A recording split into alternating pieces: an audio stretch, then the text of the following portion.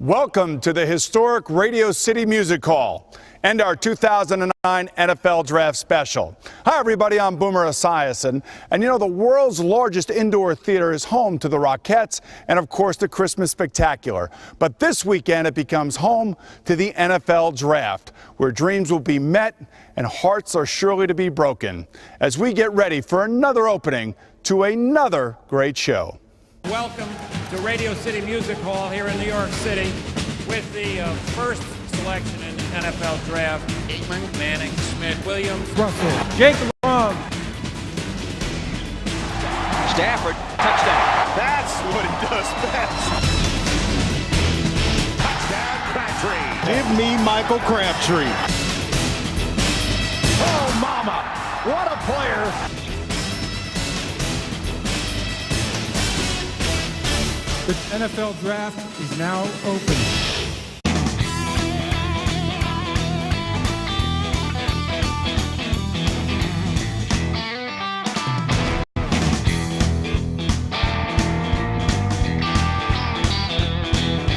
Welcome to the Boomer Esiason NFL Draft Special from Radio City Music Hall, the site of this weekend's NFL Draft.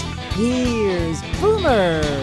All right, hi, everybody. I'm Boomer Esiason along with Phil Simms, and welcome to our 2009 NFL Draft Special right here from Radio City Music Hall. And Phil, you know about dreams that come true on draft day in 1979. You were a first-round draft choice by the New York Giants, and my draft day was a little bit more disappointing as I went in the second round to the Cincinnati Bengals. But here we sit. It's a good thing you got money. You can pay for therapy. That's right, and it's always about the quarterbacks, as we know. And this quarterback draft, you were telling me, is not going to be that great. Now, at the top of the draft, we got a couple good guys, but at the back end of the draft, very light, not very good. Give me your assessment of, let's say, Matthew Stafford. Well, let me just say this. Okay. The whole class as a group, I've been, I just dabble in this, so nothing I say really put it in concrete.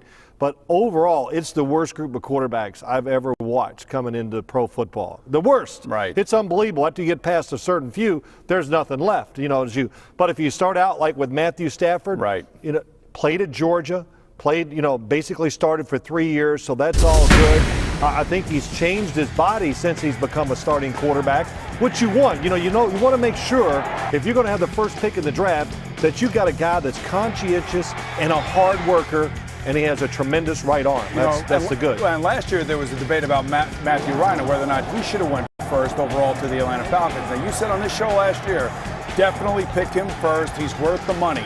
Is Matthew Stafford worth the money in your estimation for the Detroit Lions? Okay, if I just got to say yes or no right now for everything that's going on in Detroit and the way yes, then go ahead, give him the money. He is the quarterback. Start, rebuild that football team. New coach, new quarterback. Give everybody some hope. Just make sure you design an offense, you surround him enough where he just doesn't get completely destroyed as a rookie in the league. Well, that could happen to be in Detroit. But plus he wants to go there, which is a good thing. I know you love that. I do love that. But the bad thing, the one thing that alarmed me about Matthew Stafford is I watched the tapes of him and watched the throws, and I'm just doing all this purely on physical skill that I see.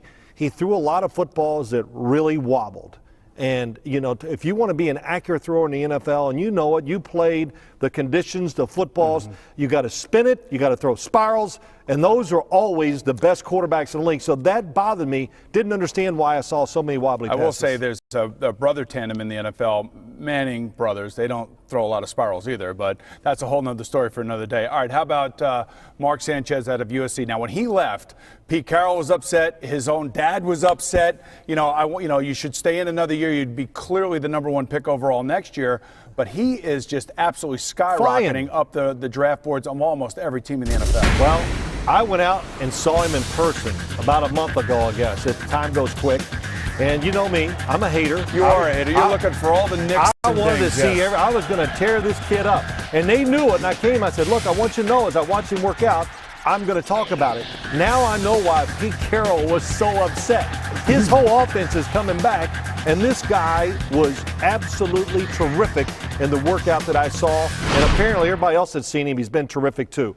Great, Boomer, great footwork. And you talk about throwing spirals. every throw is spirals. Because It's he's a beautiful. young kid. He seems like a smart kid. He seems like a very confident kid, too. Energy. Right. You see his energy even when you watch it on tape. You can, and maybe I'm a little prejudiced because I saw him in person, but when I watched USC play on tape all their games, I went, even on the field on these tapes, and you know how I can make everybody look the same. Right. You could see his energy and personality. I will say come out. this, meeting both men down at the Super Bowl, they seem intelligent. They seem very confident in their abilities. And when Matthew Stafford told me, I want to go to Detroit and help fix that thing. I did it for you. He went to the same high school as Bobby Lane, by the way, and that was the It's not last bad. franchise quarterback that franchise has ever had. Okay, how about Josh Freeman quickly? Still hard to believe that this kid has found himself already projected in the first round, don't you think? Played in a bad offense, doesn't have a lot of what I call great experience. The other two, listen, I think Mark Sanchez is going to go no later than the 4th pick of the draft. I think he's that good, and somebody will move up. And when that happens, that's going to drive this Josh Freeman up. Some people like him. I like his physical skills. But when you watch him, the offense, I hated it at Kansas State, what they were doing. But I'm intrigued by his physical skill. But I don't see the polished product that you want to see in certain aspects to come in and play right away. And the one thing about him is if he goes late in the first round, that's a value pick. It'll be interesting to see if the Jets select him if he's there. Let's go to the wide receiver draft. If the quarterback draft is not that loaded, the wide receiver draft is. Everybody's saying there's 6 or 7 wide receivers that really become top flight players in the NFL. In the history of the NFL, the first round pick overall, or the first picks, don't usually do well. It usually takes a wide receiver a year or two to get themselves it's comfortable, hard, right? because they got to play against defensive backs that can actually cover and that don't stand back there 15 yards. Well, the that's number what makes one, it I think tough. the consensus number 1 wide receiver in this draft right now is Michael Crabtree. Would you make him your first pick if, in fact, you needed a wide receiver? If I got a team that's ready and we got to win right now, and he's got to come in and be productive, I would think Michael Crabtree, by far, when you watch him, would be the easiest transition because he runs good routes. He's really smooth. He's fast out of the break. He doesn't have to slow down to make a cut. And Boomer, if it's close, he can snatch it. And, that's... See, but I worry about kids coming out of college that play in a wide-open offense like this. I mean, this is that spread offense that you see in college. He had the best quarterback in college in terms of numbers. Numbers, yeah. What is that? How does that translate to the NFL game? Well, I'll just say this. Against Texas and Oklahoma, when he was bumped and run by, potential future pro football players, he tore them up. Right. He went by them. He went around them. I don't think his straight-ahead speed is nothing like some of these other wide receivers, but he's just fluid, and, he was meant to run down the field and catch a football. I know you got Macklin in there. You got Darius Hayward-Bay, who's the fastest wide receiver at 4.3 out of Maryland. He's got the look, yeah. And then, of course, you got Hakeem Nicks coming out of North Carolina. Not as high on him as everybody else is. But he's a big, strong kid. Yeah, but he could be a guy that I would think that a receiver-starved team like the Jets or the Giants, especially later on in the first round or maybe in the second round, might be able to get a steal, right? Yeah, that's right. There's other good ones. Rutgers. Rutgers got a good wide receiver down. And that's Kenny Britt, right? He's a local product, and his stock seems to be rising on the draft boards as well. It should be. He catches the ball. He's big, plays really big. It's like I said to somebody. I said he's like Terrell Owens, except he's been in the weight room longer. And plus he's got a personality, a big personality. And he can hand catch it, and he separates himself. And when you watch Rutgers, even when defensive backs tried to be aggressive with him, they had no chance at the college level. So because he's physically, I think, so big, and I got to see him in person too a few times, which sells it. He can get away from bump and run coverage, which is a tough thing. Right. In I pro know football. I know that the offense, I think in the top 10, it's going to be a little heavy offense in this draft. But defensively, there are some good linebackers. We know Aaron Curry from Wake Forest will probably be the first linebacker off the board. But there are 3 linebackers, 3, count them, all from USC and a local product, Brian Cushing. Take a look at this. Because you don't find 3 better linebackers than these 3 of the Trojans.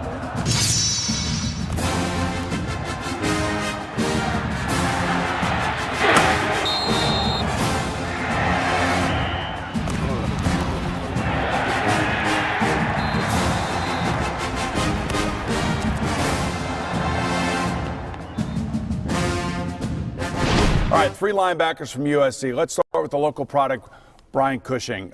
Is he a first-round pick, second-round pick? What do you think? Well, there's a lot there. Right. First off, USC Pete Carroll. There's so many people, everybody talks about their players so much, they have a tendency to get overrated. I'll say this about Brian Cushing when I watched him. He's a local kid. He smashed my son at the quarterback position once in a championship game, so I'm not going to hold that against him. I was very surprised when I watched him on film. He can play in space a lot better than I thought he could. Right. He can cover tight ends very well, has good football instincts, that's no question. And the motor, it's all out all the time. So that's all good. Big and strong, going to play over the tight end, and can do some other things too, which is going to make him a first-round pick. And out of the three linebackers, Cushing, Maluga, and Matthews, who's the best of the three? It's close in my eyes. Clay Matthews, I would take just a little bit above Brian Cushing, and Maluga I would take. I just didn't see the specialty of him, I guess. But now we're looking at Matthews here, and Matthews is a kid who really didn't play a lot at USC. But all of a sudden, his senior year, what did he play, like 8 or 9 games? Boomer, that happens. That's going to happen a lot at USC because there's so many dang good football players. You got to wait your turn. Sometimes Pete Carroll says to guys, go on and go to the pros because I got a guy behind you that's better. So please leave at your junior year. And it's just the truth. But Clay Matthews, he has the frame, and he's a little bit of everything. Can play a little in space, can be an edge rusher when you need him in a 3-4 defense, and big and tough enough to do the other stuff too. All right, if Aaron Curry is presumed, to be the best defensive player in this draft, where do you put Arakpo, the defensive end or defensive lineman, for the Texas Longhorns? Well, it's before the show, somebody says, well, he's overrated. I said, in my eyes, he's not overrated. When I watched Texas play on TV, and I'll never forget it, 3 years ago, I go, who is this? It took me 3 years to learn how to say his name, because Arakpo, he looks the part, he always is going full speed, and Boomer, you said at the start of the show, quarterbacks either throw it, make plays, or hit the quarterback. To me, those are big-time first-round picks. This guy hits the quarterback a lot. He is really athletic, and he's gonna be a high pick. At worst, 5 or 6 probably. You got to believe he's going to be a top 5 pick. All right, we're going to talk about the Jets and the Giants when we come back. So get your hat on. I want to know who the Jets are going to pick. I want to know who the Giants need to pick, because it's Phil Simms, it's Boomer Esiason coming to you from the world-famous Radio City Music Hall.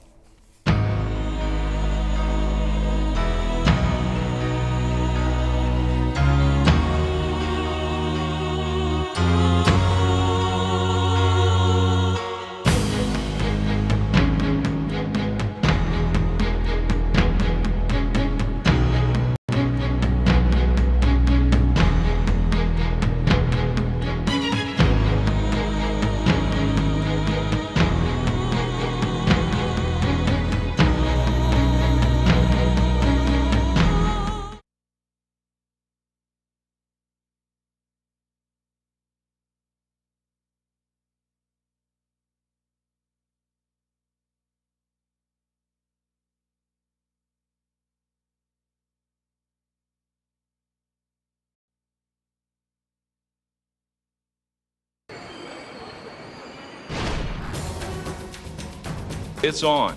I can't wait. We've got, again, we're bringing in as good a coaching staff as we can find, and we're going to try to do the same thing with our players. Coach Rex, I understand you're a defensive guy. Defense is important for the Jets, but I tell you what, we need some offense. So please, go get Sanchez. We need some offense. Go get that quarterback in the draft. This could be very expensive to Plexico Burris. Touchdown! Plexico, look over there. Word to your fans, Plexico. I've got something for Jerry Reese. We need a number 1 guy that can replace Plexico. Will you replace him, please? What do you think, guys? Yeah! Everybody wants a big target. Everybody covers a big receiver that has a big presence out there, but it's not always reality to do that. And if we can't do it, there's other ways to win.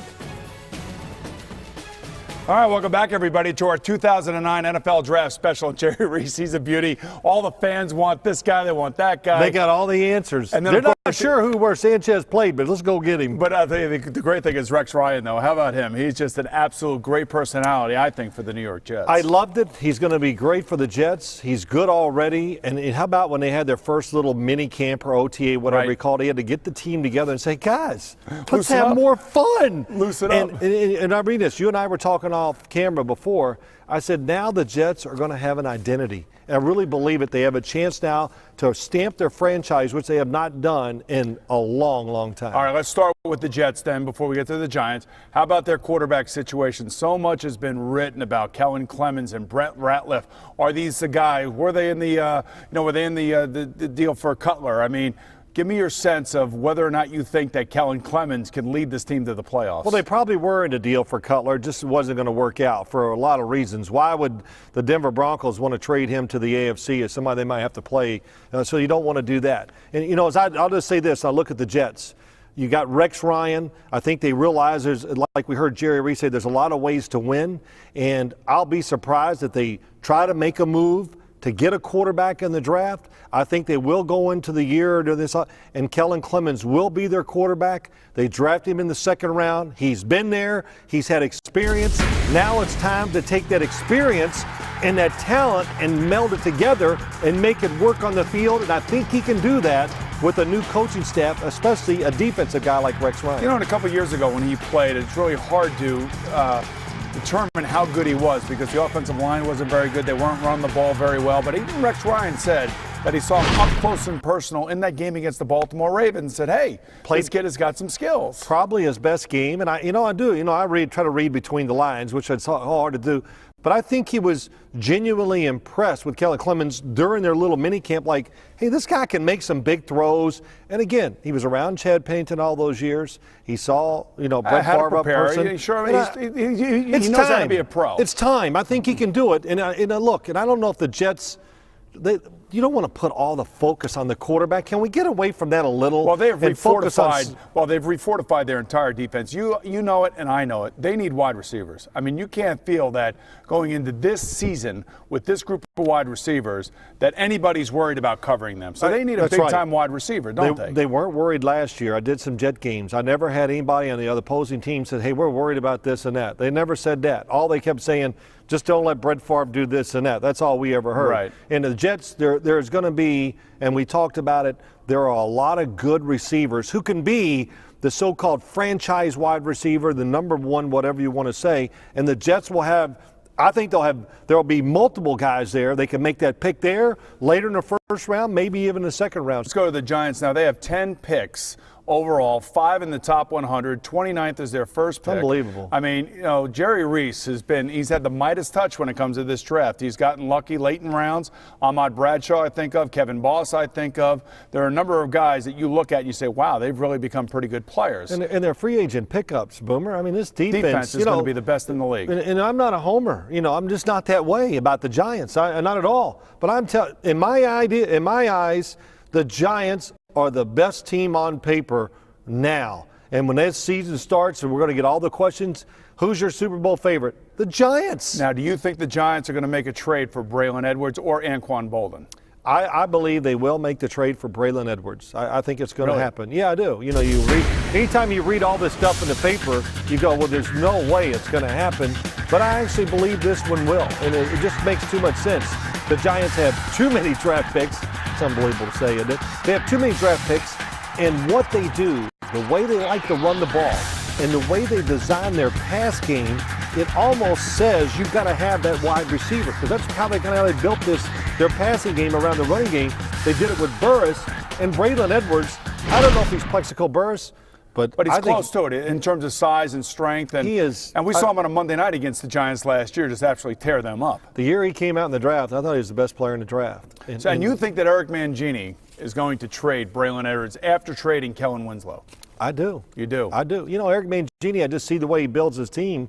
I don't think he's worried about that part of it yet. He's just going to keep getting big guys and see if he can do it the way he wants to do it. Well, all I know is that Eli Manning, just like every other quarterback, needs as much help as he can get. And if he can get Braylon Edwards, good for him and good for Jerry Reese. They keep getting richer. That's exactly right. We'll talk about the NFL when we come back right here from the world's most famous music hall. That's Radio City Music Hall. Boomer and Phil, stay with us.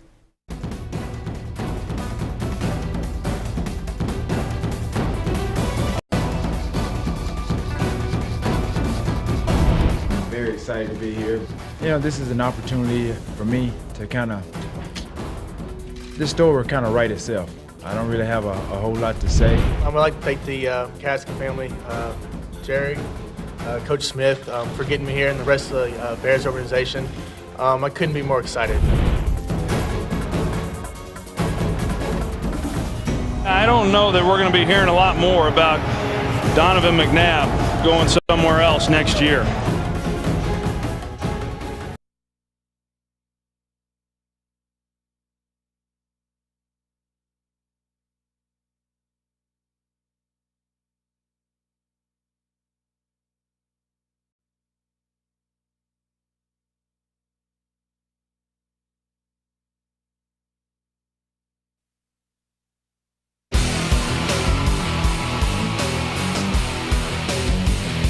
Time to be great.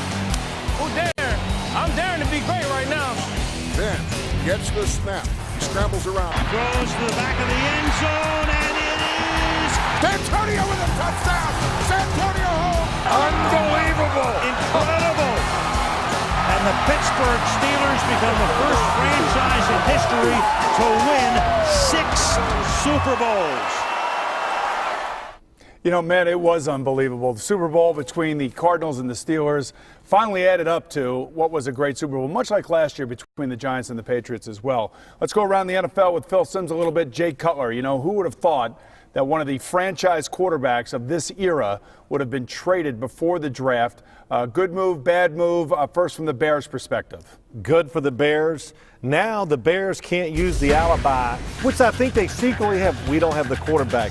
Now the pressure goes on the coaching staff, and it is on them. Either he produces and they show that flair or show that offensive explosion, or they'll get a new head coach and new coordinators. But I think receivers will get better with him there because the pressure's on. They'll let him throw the ball, and it's, you know, I think it's a great move for the Chicago Bears. And for the Denver Broncos. Well, you know, they only get away with it, well, for a lot of reasons, but they get away with it because they got a new coach, and this coach has been with an organization that's made it work with other quarterbacks. So it didn't seem to be the outcry that I thought it would be in Denver. But once the game starts, that's when we'll know. I have a feeling it's going to be a disaster. Okay, how about Terrell Owens? Of all places that Terrell Owens can go, he goes from probably the most high-profile franchise to the least profile franchise in the Buffalo Bills. How's that going to work out? What's that tell us? What's it say? It tells you nobody else wants him. Nobody wanted him because you know it wouldn't have been his first place. Right. But, you know, it's funny. At first I went, wow, what is Buffalo doing? Then I thought about it. It gave them great buzz. They're going to get more attention in training camp and preseason, and probably got games on national TV when the schedule came out because he was there. Right. So that helps them, and they're always about selling tickets. And, you know, and quite honestly, Buffalo needs a little pizzazz on their football team. Maybe he'll give it to them. Yeah, maybe he will, but, you know, I can't wait until November comes rolling around and it's 20 degrees and he's unhappy. It's going to be unbelievable. 2 quick rule changes I want to go over with you. I know you're big on this. No more wedge on the kickoff. Big deal? Yes, no? Oh, I think it's a great idea. I actually sat in the booth many games, and literally if you listen to the telecast, I would go, ooh, because the guys hitting the wedge and some of the hits, they're just out of control. So they stopped that. So I think it's a great rule change. You know, well, maybe that helps the kickoff team. I don't know. How about the fact that you cannot tackle a quarterback when you are on the ground? So essentially what happened to Tom Brady at the beginning of last year in the first game against Kansas City Chiefs shouldn't technically happen because of this new rule. Yeah. So you have to get up off the ground to go actually tackle the quarterback. Yeah. Why didn't they have that when we played? I don't know, because they didn't care about quarterbacks back then as much as they do now. And you know, but it's a great rule. Come on, Phil. We got families ourselves, man. They love us. I love you too, man. All right, man. Good job. Thanks for joining me once again. Thank you for joining us. Now stay with us. I'll be back right after this with one final thought. You're not going to want to miss it.